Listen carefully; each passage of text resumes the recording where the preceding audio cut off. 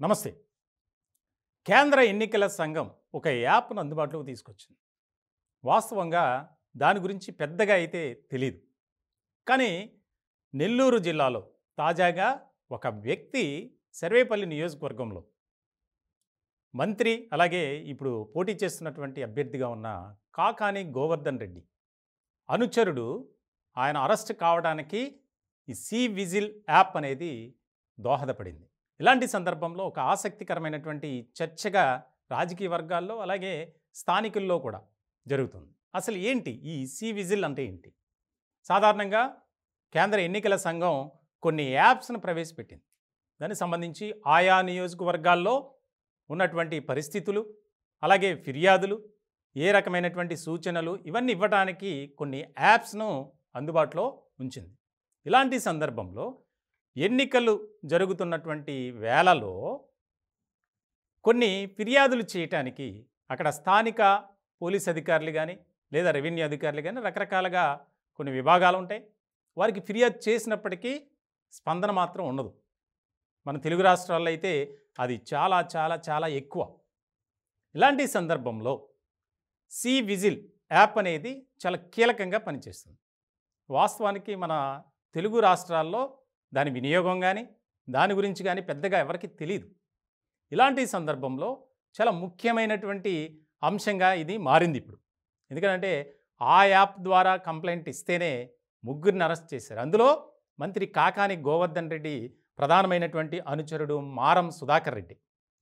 ఇలాంటి సందర్భంలో అతను చేసినటువంటి పని ఏంటంటే ఆ యాప్ ద్వారా లాగిన్ అయ్యి దాంట్లో అక్కడ వారు కొన్ని వాహనాల్లో లిక్కర్ బాటిల్స్ని సరఫరా చేస్తున్నారు. ఎక్కడి నుంచో తీసుకొచ్చారు. ఆ తీసుకొచ్చినటువంటి మద్యం సీసాలను ఒక ప్రాంతంలో డంప్ చేయడానికి ప్రయత్నం చేస్తున్నారు. ఆ సమయంలో ఒక వ్యక్తి ఈ యొక్క సి విజిల్ యాప్ ద్వారా ఫిర్యాదు చేశాడు. చాలా ముఖ్యమైనటువంటి పరిణామం. అంటే యాప్ ద్వారా ఫిర్యాదు చేస్తే పట్టేసుకుంటారా అని మీకు డౌట్ రావచ్చు. కానీ వెంటనే రంగంలో దిగినటువంటి కేంద్ర ఎన్నికల సంఘం అక్కడ ఉన్నటువంటి అధికారులను ఆదేశాలు ఇవ్వటం, దానికి సంబంధించి వెంటనే రంగంలోకి దిగారు.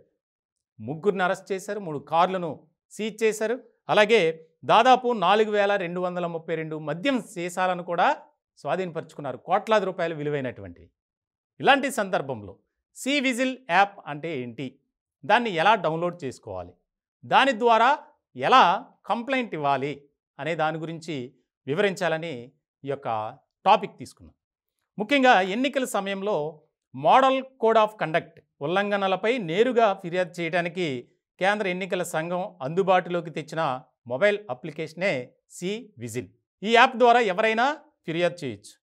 గూగుల్ ప్లే స్టోర్ లేదా యాపిల్ యాప్ స్టోర్ నుండి యాప్ను డౌన్లోడ్ చేసుకోవాలి. పేరు, మొబైల్ నెంబర్, అడ్రస్ను ఎంటర్ చేసి ఫిర్యాదు చేయాలి. అంటే వారిచ్చినటువంటి యాప్లో భాగంగా ఖచ్చితంగా ఈ 3 బ్లాక్స్ ఉంటాయి. పేరు, మొబైల్ నెంబరు, అడ్రస్. వాటిని నమోదు చేస్తే అక్కడ ఉన్నటువంటి ఏ నియోజకవర్గం, ఏ ప్రాంతం, ఏంటి కంప్లైంట్ అన్నీ దాంట్లో వస్తాయి. ఇలాంటి సందర్భంలో యాప్ ద్వారా స్పాట్లో ఉన్నటువంటి ఫోటోలు, వీడియోస్ కూడా అప్లోడ్ చేయొచ్చు. ఈ వ్యక్తి మారం సుధాకర్ రెడ్డి మీద కంప్లైంట్ చేసింది అదే. అక్కడ ఉన్నటువంటి రవాణా జరుగుతున్నప్పుడు ఫోటోలు తీయటం, వీడియోస్ తీయటం, ఆ వీడియోస్ను ఈ సి విజిల్ యాప్లో అప్లోడ్ చేశారు. అది చాలా కీలకంగా మారినటువంటి అంశం. ఇలాంటి సందర్భంలో ఈ యాప్ ద్వారానే మంత్రి కాకాని గోవర్ధన్ రెడ్డి అనుచరుడు మారం సుధాకర్ రెడ్డిని అరెస్ట్ చేసిన అధికారులు సర్వేపల్లి నియోజకవర్గంలో ఓటర్లను ప్రలోభ పెట్టడానికి మద్యం తరలిస్తున్నట్లు సి విజిల్ యాప్ ద్వారా కేంద్ర ఎన్నికల సంఘానికి ఫిర్యాదు. ఈసీ ఆదేశాలతో రంగంలోకి దిగిన పోలీస్, విజిలెన్స్ అధికారులు మొత్తం ముగ్గురిని పట్టుకుని వారి వద్ద నుంచి 4,232 మద్యం సీసాలను, 3 కార్లను స్వాధీనపరుచుకున్నారు. అని చూడండి, ఒక సామాన్య పౌరుని చేతిలో ఖచ్చితంగా ఈ రోజున యాండ్రాయిడ్ ఫోన్ అనేది సర్వసాధారణం అయిపోయింది. దానికి ఒక స్టేటస్ అనేది ఏం లేదు, ప్రతి ఒక్కరూ వాడుతున్నారు. దాంట్లో ఉన్నటువంటి సౌలభ్యం, ముఖ్యంగా తక్కువ ధరకే ఫోన్లు రావటం, ప్రతి ఒక్కరూ ఇంట్లో 5గురు ఉంటే 5గురి చేతుల్లో యాండ్రాయిడ్ ఫోన్లే ఉంటాయి. ఇటువంటి సందర్భంలో కేంద్ర ఎన్నికల సంఘం ఈ యాప్ను అందుబాటులోకి తీసుకొచ్చింది. ఎక్కువగా ఈశాన్య రాష్ట్రాలు, ఇతర ప్రాంతాల్లో ఈ యాప్ను వినియోగించి ఫిర్యాదులు చేస్తూ ఉంటారు. కానీ మన తెలుగు రాష్ట్రాల్లో మొట్టమొదటి కేసుగా ఈ సర్వేపల్లి నియోజకవర్గంలో మంత్రి కాకాని గోవర్ధన్ రెడ్డి అనుచరుడిపై ఫిర్యాదు.